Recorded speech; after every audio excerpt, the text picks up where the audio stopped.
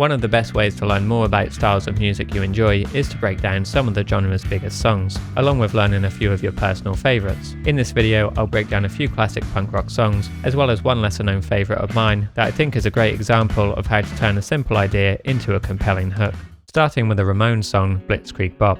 Now I'm sure everyone knows and has played this song at one point or another. The reason I'm bringing it up here is that it's a great example of how people tend to oversimplify songs for beginners and then incorrectly teach misleading information. So what do I mean by this in the context of this very basic 3-chord song? Well, the two most common ways I've seen people teach or tab this song are 1. Using only power chords, or 2. Using bar chords. The second method is arguably more accurate, but it's still missing some of the nuance. So what's actually being played in the song is bar chords, as you can clearly hear the major third note ring out in the isolated guitar track.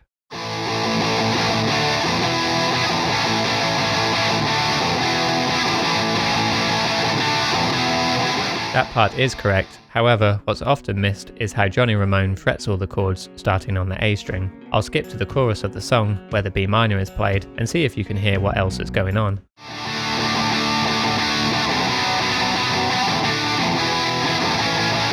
If you were paying close attention to the lower strings there, you might have noticed that the root note of the B isn't actually the lower string being played. In fact, it's an F sharp. That's because whenever Johnny plays chords with the root note on the A string, he inverts the bar chord so that he's holding down the lower octave of the 5th note at the same time. This gives the chords a thicker sound overall, along with allowing him to move much faster across the fretboard. Looking at the B minor shape, for example, that would be fretted this way if you wanted to play it exactly as it's done in the recording. So, with that being said, here's a more faithful version of the song, taking into account those often overlooked nuances.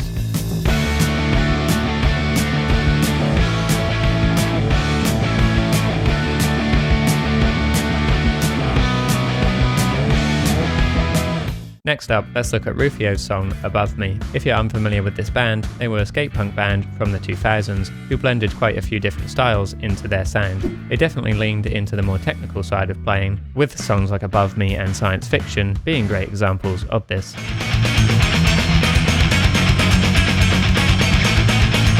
So, why should you learn the riff from Above Me? Well, although it's very simple at its core, the way it's arranged is a fantastic lesson in how to effectively layer and record different parts. I'll start by showing you how to play the basic riff that everything is built around, and then we'll go into more detail after.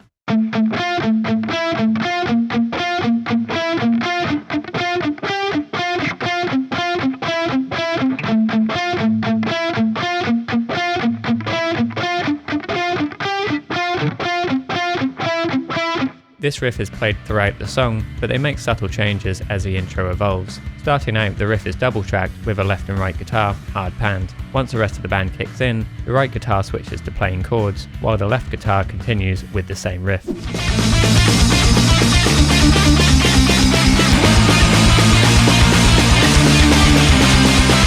After 8 bars of this, we get yet another change in the right guitar. This time it plays the opening riff again, but an octave lower than the left-sided guitar. Then, towards the very end, it breaks out of unison and plays this nice harmony part to complement the main riff.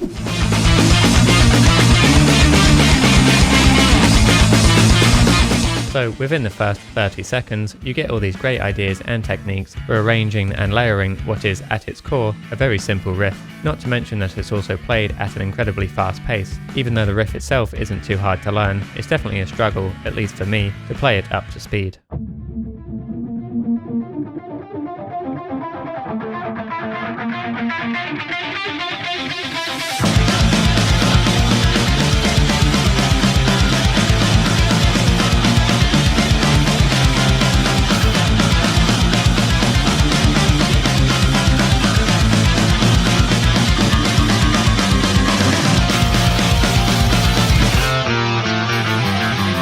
Let's switch over to bass now and focus on the Clash's song Lost in the Supermarket. What's really unique about this song is the relationship between the guitar and bass. In many rock songs, the bass is often simplified to just following the root notes of the guitar. However, in this song, the bass essentially carries all the harmonic information.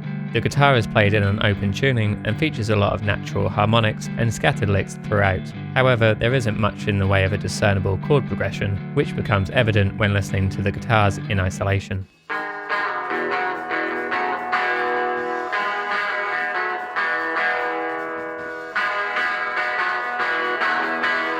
but when you add the bass back in, everything naturally comes together.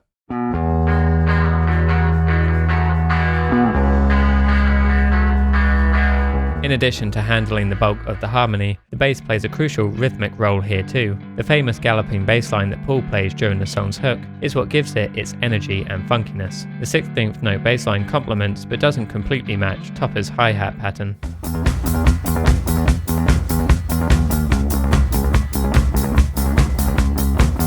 These two elements, combined with a steady quarter note kick drum, drive the song forward rhythmically, while the guitars create a loose, airy soundscape underneath the rest of the rhythm section.